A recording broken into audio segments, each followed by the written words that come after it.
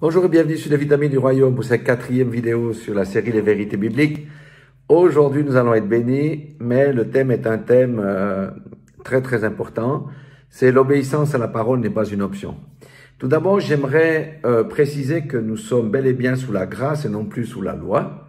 Cela étant dit, cela ne veut pas dire que la grâce sous laquelle nous sommes nous donne le droit de pécher ou est une licence pour nous permettre de vivre selon la chair et dans la pratique du péché. Non, la grâce que le Seigneur nous accorde, c'est plutôt un moyen de vaincre le péché, la chair, le monde et Satan, parce que nous sommes un avec le Seigneur Jésus-Christ, lui qui a vaincu toutes ces choses.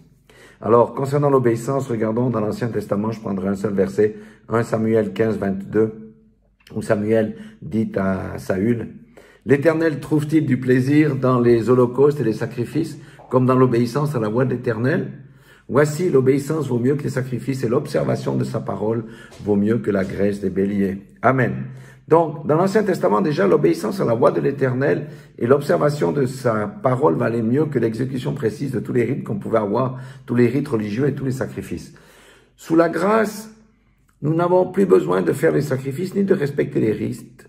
Par contre, nous sommes tenus, comme dans l'Ancien Testament, d'adorer Dieu, de l'honorer, de le mettre à la première place dans notre vie, de faire sa volonté et aussi d'aimer notre prochain comme nous-mêmes. C'est cette loi morale que Jésus-Christ a parfaitement accomplie et qu'il nous demande de l'accomplir également parce qu'il nous a rendus participants de sa nouvelle nature.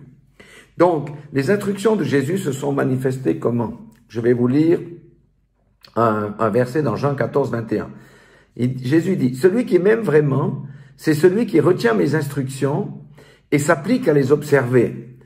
Mon Père aime celui qui m'aime et moi aussi je lui témoignerai mon amour et je lui révélerai qui je suis. » Version parole vivante.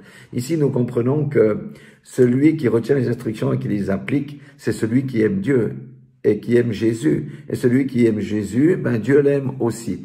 Donc, les instructions de Jésus se sont manifestées concrètement de deux manières. La première, c'est ses enseignements et la deuxième, c'est son comportement, ses attitudes dans la vie ou vice-versa. Ça n'a pas d'importance. Et lui, voyez-vous, il nous demande de les pratiquer. Je vous laisse juge. Quelqu'un qui dit qu'il connaît le Seigneur, mais qui refuse de mettre en pratique les instructions, de marcher dans les mêmes voies que Jésus-Christ, peut-il être agréé de Dieu? Par exemple, si quelqu'un meurt le cœur plein de rancune, d'amertume et de non-pardon, ses péchés pourront-ils lui être pardonnés alors qu'il se trouve en pleine contravention par rapport aux enseignements de Jésus et notamment du Notre Père, la prière sacerdotale? Non, c'est une désobéissance à la parole. Regardez ce que Jésus continue à dire au chapitre 14, 23, il répondait à quelqu'un qui lui a posé une question, « Si quelqu'un m'aime, il mettra en pratique ce que j'ai dit. Ainsi, mon Père aussi l'aimera, nous viendrons tous deux vers lui et nous établirons notre demeure chez lui. » Alléluia. Si quelqu'un m'aime, si tu dis que tu aimes le Seigneur, et qu'est-ce que tu dois faire dans ta vie? Tu mets en pratique ses enseignements et tu marches dans ses voies. Amen. Alléluia. À nouveau, quelqu'un sous le couvert de la grâce vit dans la désobéissance ou la pratique du péché. Son temple est-il toujours le centre du Saint-Esprit? Point d'interrogation. Sera-t-il encore la demeure du Père et du Fils? Je vous laisse juge. Voici pour terminer quelques paroles terribles de Jésus qui devrait inciter quelqu'un ou nous inciter à nous agenouiller, à nous laisser briser le cou endurci que nous avons et à nous repentir sincèrement. Voyez, c'est Jésus qui parle. C'est pas la théologie des hommes, l'interprétation des hommes ou les révélations fausses des hommes. Luc 6, 45. Parole déclare ceci. « L'homme qui est bon fait le bien, car il puise dans le trésor des bonnes dispositions qui sont en réserve dans son cœur. Celui qui est mauvais tire le mal de son fond de méchanceté, car ce qui jaillit de ses lèvres n'est que l'expression de ce qui remplit le cœur et qui déborde de son trop-plein. » Verset 46. « Pourquoi m'appelez-vous Seigneur, Seigneur, alors que vous ne faites pas ce que je vous commande? » Vous pensez que la personne là va être agréée du Seigneur quand il va se retrouver dans le trône du jugement? C'est pas parce qu'il a récité sa prière il y a 40 ans que... Vous voyez ce que je veux dire?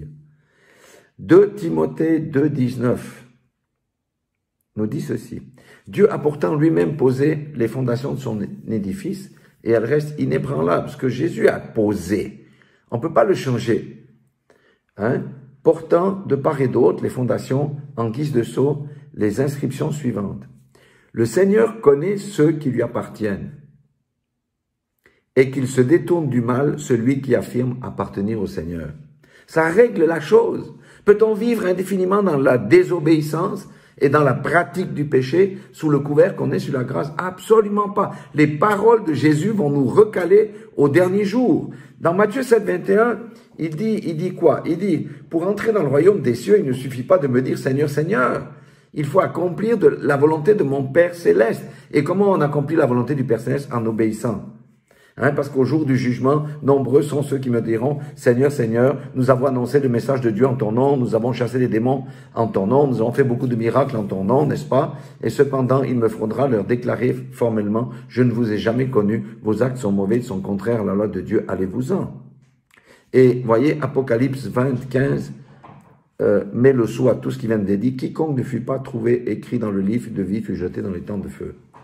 Ceux qui vivent, je vous pose la question, ceux qui vivent dans la désobéissance chronique à la parole de Dieu, à notre Seigneur, à sa parole, à ses instructions qu'ils reçoivent, peuvent-ils être inscrits dans le livre de vie? Non, vous savez que la Bible dit qu'on peut être effacé du livre de vie. Donc le Seigneur nous dit aujourd'hui à quelqu'un, ressaisissons-nous, repentons-nous de vivre éloigné du prince de la vie en menant notre vie de désobéissance. Donc, repentons-nous et menons une vie d'obéissance et de soumission à notre Seigneur, le Dieu tout-puissant, et tout ira bien pour nous. Voilà pour cette vidéo qui est un peu plus longue que celle d'habitude. Mais voyez, l'obéissance vaut mieux que les sacrifices. Et il ne suffit pas juste de confesser dans la bouche, Seigneur, Seigneur, il faut que nos actes aillent avec. Et si quelqu'un est réellement sauvé, la manifestation du salut va se démontrer concrètement par son obéissance à la parole de Dieu. Soyez tous bénis dans le nom puissant de Jésus-Christ, que Dieu vous garde, que Dieu parle à votre cœur et aussi qu'il puisse briser les forteresses qui enferment quelques-uns dans des faux raisonnements. Soyez tous bénis au nom de Jésus. Amen.